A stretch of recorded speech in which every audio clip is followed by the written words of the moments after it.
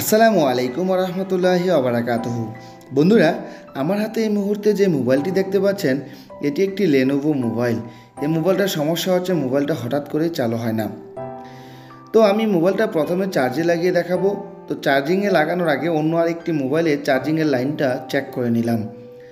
এখন এই লেনোভো মোবাইলে লাগানোর পর আমি দেখতে চাচ্ছি যে এই মোবাইলে চার্জিংয়ের কোনো প্রকার আইকন দেখায় কি না। বন্ধুরা, লক্ষ্য করে দেখুন এই মোবাইলে চার্জিংয়ের কোনো আইকন দেখাচ্ছে না। যেহেতু চার্জিংয়ের আইকন দেখাচ্ছে না, আমি ব্যাটারিটাকে ডিসকানেক্ট করে মোবাইলের ব্যাটারিতে দেখব যে পর্যাপ্ত পরিমাণ চার্জ আছে কি না। বন্ধুরা, লক্ষ্য করে দেখুন এই মোবাইলের ব্যাটারিতে 3.61 চার্জ আছে, তা মোটামুটি পর্যাপ্ত চার্জ আছে। এবং মোবাইলের ব্যাটারি কানেক্টরও কিন্তু 4 ভোল্ট আমরা পেলাম, তার মানে চার্জিং পোর্টটাও ঠিক আছে। বন্ধুরা, আমরা এখানে লক্ষ্য করে দেখতে পাচ্ছি অন অফের যে সুইচটা আছে এটা খারাপ, যার কারণে অন অফের যে লাইনটা আছে অর্থাৎ যে রেবনটা আছে এটা ডিসকানেক্ট করার পর পাওয়ার সাপ্লাইয়ের মাধ্যমে আমরা চেক করে দেখব যে এটার রিডিংটা কত আসে। তার আগে আমি এই যে অন অফের সুইচের রেবনটা খোলার পর অন অফের যে শর্টকাট লাইনগুলো দেওয়া আছে এখান থেকে অন অফের সুইচ কোনটা সেটা আসলে আমরা প্রথমে ফাইন্ড আউট করে নেব। কারণ এখানে যে শর্টকাটগুলো দেওয়া আছে শর্টকাটগুলোর মধ্যে একটা অন অফ সুইচের একটা হচ্ছে ভলিউম আপ, একটা ভলিউম ডাউন। তো এগুলোর মধ্যে অন অফের সুইচ কোনটা? বন্ধুরা, দেখতেই পাচ্ছেন এখানে একটা শর্টকাট লাইনের মধ্যে আমরা 3.59 ভোল্ট পেয়েছি। অর্থাৎ আমরা জানি অন অফের সুইচে 3 থেকে 4 ভোল্ট পর্যন্ত দেখিয়ে থাকে। আমরা যে শর্টকাট লাইনটার মধ্যে 3 ভোল্ট পেলাম এটাই হচ্ছে অন অফের লাইন। এখন আমরা পাওয়ার সাপ্লাইয়ের মাধ্যমে চেক করে দেখব যে এই মোবাইলটা কত পর্যন্ত রিডিং ওঠে। বন্ধুরা, এখানে লক্ষ্য করে দেখুন আমি যখন মোবাইলটা পাওয়ার সাপ্লাইয়ের মাধ্যমে চালু করতে যাচ্ছি এখানে পাওয়ার সাপ্লাই কিন্তু 10 পর্যন্ত রিডিং দেখাচ্ছে। আমি পুনরায় পাওয়ার সাপ্লাইটা বন্ধ করে আবারও মোবাইলটা চালু করার চেষ্টা করছি। লক্ষ্য করে দেখুন এখনও কিন্তু 9-10 পর্যন্ত রিডিং উঠে দাঁড়িয়ে আছে। এখন আমরা কি করতে পারি? পুনরায় আরও একবার চেক করে দেখি। লক্ষ্য করে দেখুন এখানে রিডিং কিন্তু স্বাভাবিক আছে, 1, 2, 4, 5, 7, 8 করে 9 পর্যন্ত উঠে দাঁড়িয়ে থাকে। যদি অন অফের সুইচে চাপ দেওয়ার পর ডাইরেক্টলিভাবে 9-10 উঠে যেত তাহলে আমরা বুঝতাম এটা ওভার রিডিং সমস্যা রয়েছে। যেহেতু এই মোবাইলটা পাওয়ার সাপ্লাই চালু করার সময় রিডিংটা স্বাভাবিক রয়েছে সেহেতু আমরা বুঝতেই পারছি এই মোবাইলটার সফটওয়্যার সমস্যা হতে পারে। তারপরেও আমরা কনফার্ম হওয়ার জন্য মোবাইলটা কম্পিউটারে ইউএসবি কানেকশন পায় কিনা সেটা চেক করে নিব।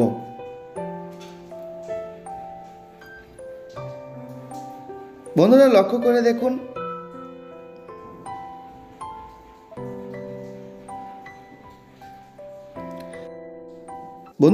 এখানে লক্ষ্য করে দেখুন আমি যখন মোবাইলটা কম্পিউটারে কানেকশন করছি তখন কিন্তু ইউএসবি কানেকশন হচ্ছে।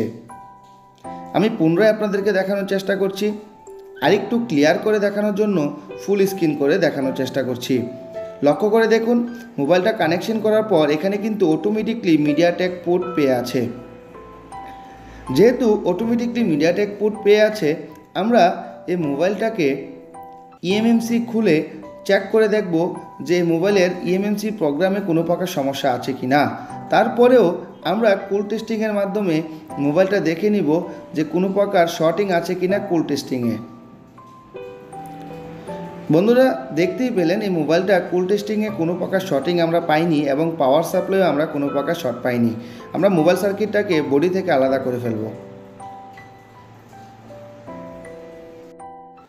বন্ধুরা, আমরা মোবাইলের বডি থেকে মোবাইলের সার্কিটটাকে আলাদা করার পর মোবাইলের CPU এবং EMMCর উপরে যে স্টিলের প্যানেলটা ছিল এটাকে রিমুভ করে দিলাম। দেখতেই পাচ্ছেন এটা কিন্তু পেস্টিং আইসি। যেহেতু এই মোবাইলের EMMCটা পেস্টিং আইসি, আমরা আইসিটা ওঠানোর আগে আইসির পাশে থাকা অতিরিক্ত যে পেস্টটা আছে অল্প হিটে আমরা ওই পেস্টটাকে পরিষ্কার করে দেব। বন্ধুরা, যারা পেস্টিং আইসি উঠাতে পারেন না এবং পেস্টিং আইসি উঠাতে গেলে ভয় পান তারা কিভাবে সহজে পেস্টিং আইসিগুলো উঠাতে পারবেন আমার এই মোবাইল রিপেয়ার হসপিটাল বিডির ইউটিউব চ্যানেলে এর আগে আমি ভিডিও আপলোড করে রেখেছি। আপনারা চাইলে কীভাবে পেস্টিং আইসি উঠাবেন এবং কিভাবে পেস্টিং আইসিগুলো পরিষ্কার করবেন সেই বিষয়ে ভিডিওটা দেখে আসতে পারেন। বন্ধুরা, আরেকটা কথা না বললেই নয়, আমার ভিডিওর নিচে অর্থাৎ কমেন্ট বক্সে অনেকে কমেন্ট করে বলেন যে ভাই আমি মোবাইল সার্ভিসিংয়ের কাজ শিখতে চাই। আমি ওই ভাইদের উদ্দেশ্যে বলবো, যারা মোবাইল রিপেয়ারের কাজ শিখতে চান এবং শুধুমাত্র আইসি লেভেলের বা সফটওয়্যারের কাজগুলো শিখতে চান, তারা চাইলে এই স্ক্রিনে দেওয়া ফোন নাম্বারে আপনারা আমাকে ইমোতে অথবা হোয়াটসঅ্যাপে সরাসরি মেসেজ করে অথবা কল করে বিস্তারিত জেনে তারপর আসতে পারেন। বন্ধুরা, কেউ হুটহাট করে আমাকে ফোন না করে চলে আসবেন না। অবশ্যই স্ক্রিনে দেওয়া ফোন নাম্বারে যোগাযোগ করে তারপর আসবেন।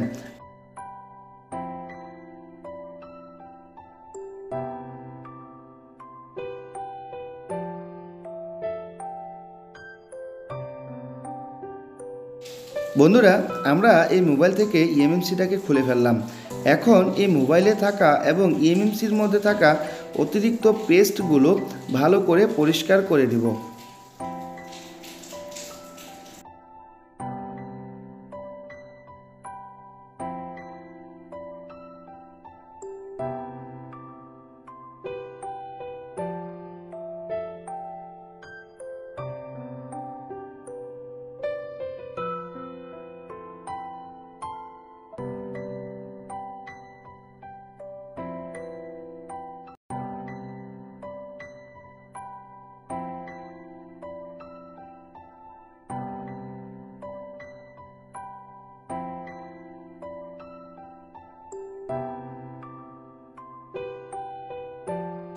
বন্ধুরা, লক্ষ্য করে দেখুন, আমি এই মোবাইলের ইএমএমসিটা ভালো করে পরিষ্কার করে নিলাম এবং মোবাইল সার্কিটটাও ভালো করে পরিষ্কার করে নিলাম।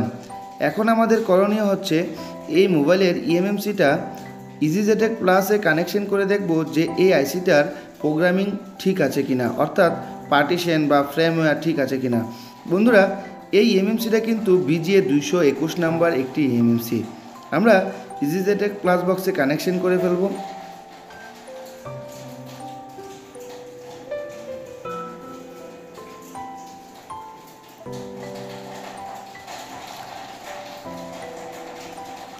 বন্ধুরা, JTag প্লাস বক্সে কানেকশন করার পর আমরা সরাসরি চলে আসলাম কম্পিউটার স্ক্রিনে।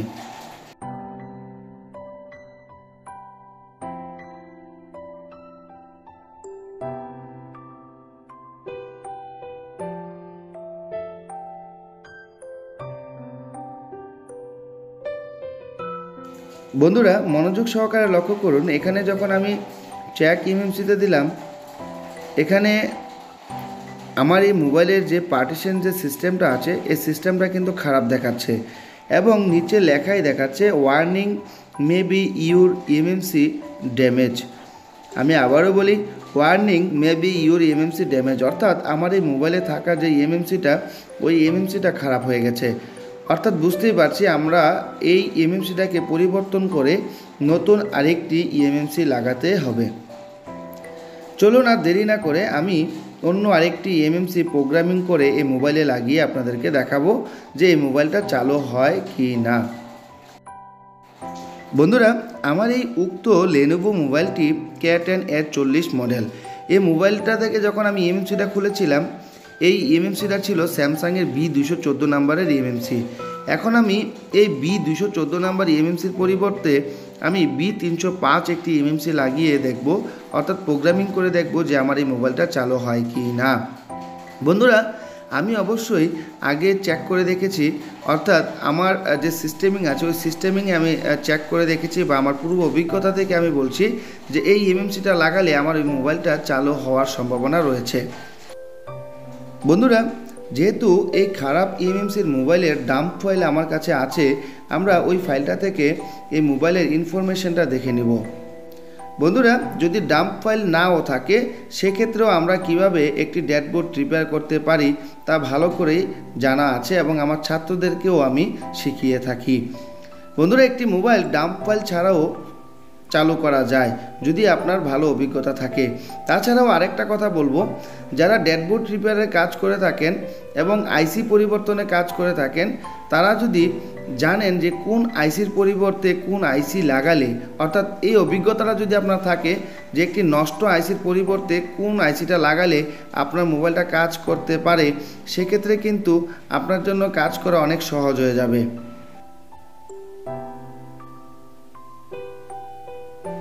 আমি যেই এমএমসি আইসিটা নিলাম এটাও কিন্তু একটি লেনোভো মোবাইল থেকে নিয়েছি।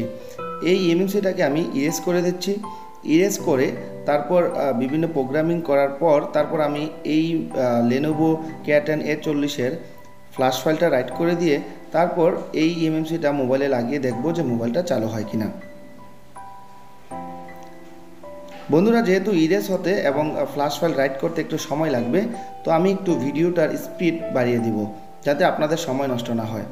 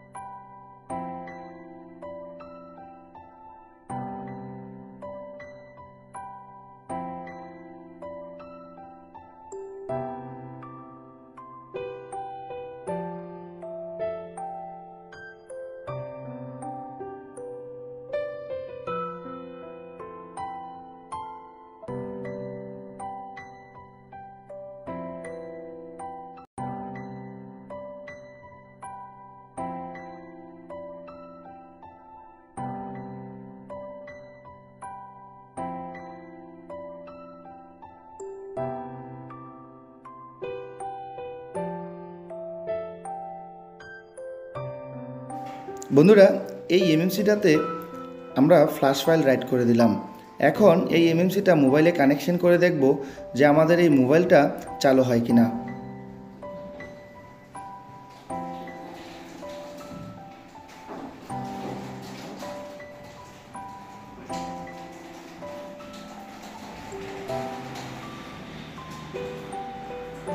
বন্ধুরা, দেখতেই পাচ্ছেন এটার নাম্বার কিন্তু B305। এমএমসিটা লাগানোর আগে হিটসিং পেপার দিয়ে সিপিইউটাকে ঘুরে নিলাম যাতে সিপিইউতে হিট না লাগে।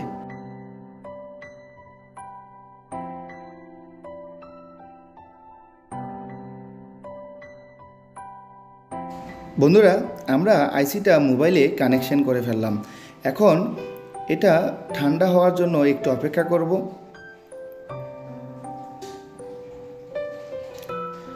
বন্ধুরা, আরেকটা কথা বলে রাখি, আমাদের কাছে অনেক নষ্ট মোবাইল আছে। এই নষ্ট মোবাইলের মধ্যে স্যামসাং B214 নাম্বার এই আইসিটা সবচেয়ে বেশি পাওয়া যায়। এগুলা স্যামসাংয়ের বিভিন্ন মোবাইলে এবং আইটেল, সিম্ফনি, লাভা বিভিন্ন মোবাইলে এই আইসিটা পাওয়া যায়। এই আইসিটা সবসময় জমা করে রাখবেন। ভালো আইসিগুলো আমাদের অত্যন্তই কাজে আসবে, কারণ এই আইসিটা অনেক মোবাইলেই স্যাটিসফাই হয়।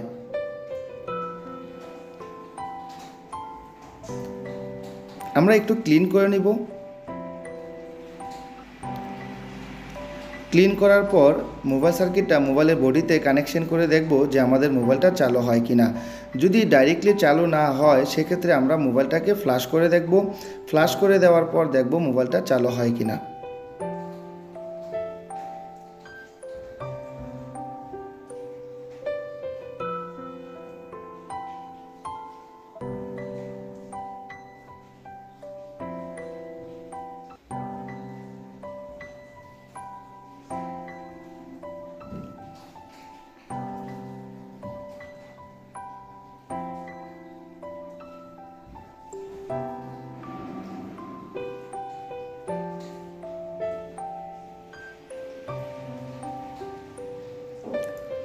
বন্ধুরা, প্রথমেই আমরা পাওয়ার সাপ্লাইয়ের মাধ্যমে দেখব যে মোবাইলটা কত পর্যন্ত রিডিং ওঠে এবং কোনো প্রকার শর্টিং আছে কিনা। যেহেতু আমরা আইসিটা লাগিয়েছি, আইসি লাগানোর পর শর্ট হয়েছে কিনা সেটাও আমাদের দেখা অত্যন্ত জরুরি। দেখতেই পাচ্ছেন আইসি লাগানোর কারণে কোনো প্রকার শর্টিং হয়নি। বন্ধুরা, রেডিংটা দেখুন, 9-10 রেডিংই কিন্তু এখনও আছে। এখন আমরা CM2-র মাধ্যমে মোবাইলটা ফ্ল্যাশ করে দেখব। দেখতেই পাচ্ছেন এখানে কোনো প্রকার লোগো আসছে না। প্রথম অবস্থায়ও কিন্তু 7, 8, 9 রেডিং উঠে বা 10 রেডিং উঠে দাঁড়িয়ে থাকতো। তখনও কিন্তু আমরা CM2 দিয়ে ফ্ল্যাশ করার চেষ্টা করেছি, বাট ফ্ল্যাশ কিন্তু নেয়নি, ফেল্ড দেখিয়েছে। তো ওই অংশটা আমি আপনাদেরকে দেখাইনি, কারণ ভিডিওটা লম্বা হয়ে যাবে বিদায়। এখন যেহেতু আইসিটা পরিবর্তন করেছি, এখন আমরা দেখব যে CM2-র মাধ্যমে এই মোবাইলটা ফ্ল্যাশ হয় কিনা। আমরা সরাসরি চলে আসলাম কম্পিউটার স্ক্রিনে।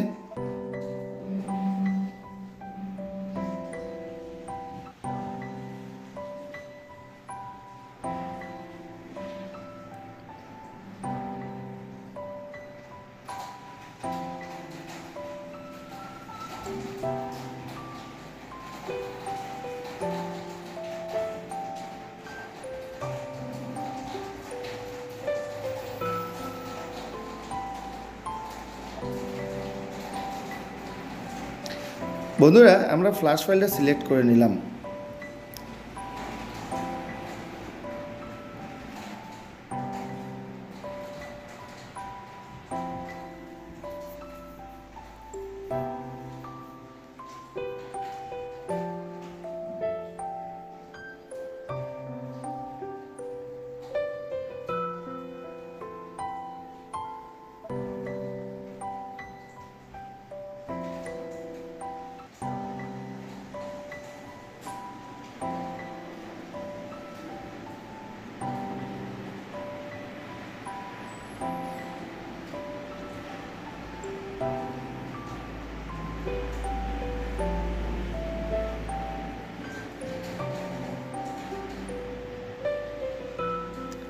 বন্ধুরা, দেখতেই পাচ্ছেন আমাদের মোবাইলটা কিন্তু ফ্ল্যাশ নিচ্ছে।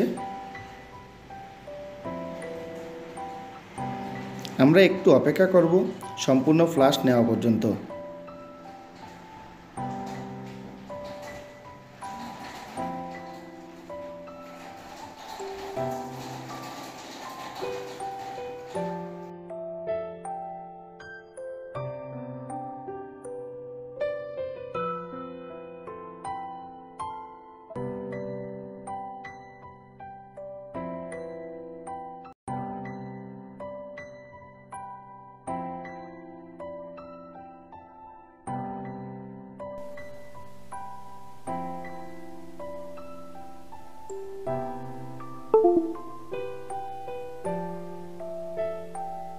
বন্ধুরা, আমাদের এই মোবাইলটা ফ্ল্যাশ করা কমপ্লিট হয়ে গেছে।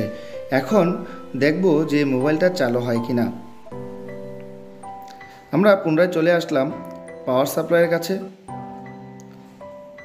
পাওয়ার সাপ্লাই কানেকশন করে, ব্যাটারিতে যেহেতু চার্জ একটু কম আছে, তো আমরা পাওয়ার সাপ্লাই কানেকশন করে দেখব। চার্জ সামান্য কম থাকা সত্ত্বেও কিন্তু মোবাইলটা CM2-র মাধ্যমে ফ্ল্যাশ কিন্তু কমপ্লিট হয়েছে।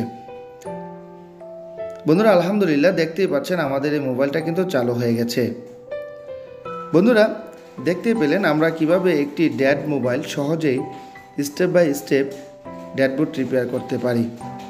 বন্ধুরা, আমার এই মোবাইল রিপেয়ার হসপিটাল BD.র ইউটিউব চ্যানেলের ভিডিওগুলো দেখে যদি আপনারা বিন্দু পরিমাণ উপকৃত হন, অবশ্যই আমার এই মোবাইল রিপেয়ার হসপিটাল BD.র ইউটিউব চ্যানেলটা সাবস্ক্রাইব করে দিবেন এবং পাশে থাকা বেল আইকনে ক্লিক করে দিবেন, যাতে আমার দেয়া নতুন নতুন ভিডিওগুলোর নোটিফিকেশন পৌঁছে যায় সবার আগে আপনাদের কাছে। কথা হবে আপনাদের সাথে নেক্সট কোনো ভিডিওতে। সে পর্যন্ত সুস্থ থাকবেন, ভালো থাকবেন। আসসালামু আলাইকুম ওয়া রাহমাতুল্লাহি ওয়া বারাকাতুহু।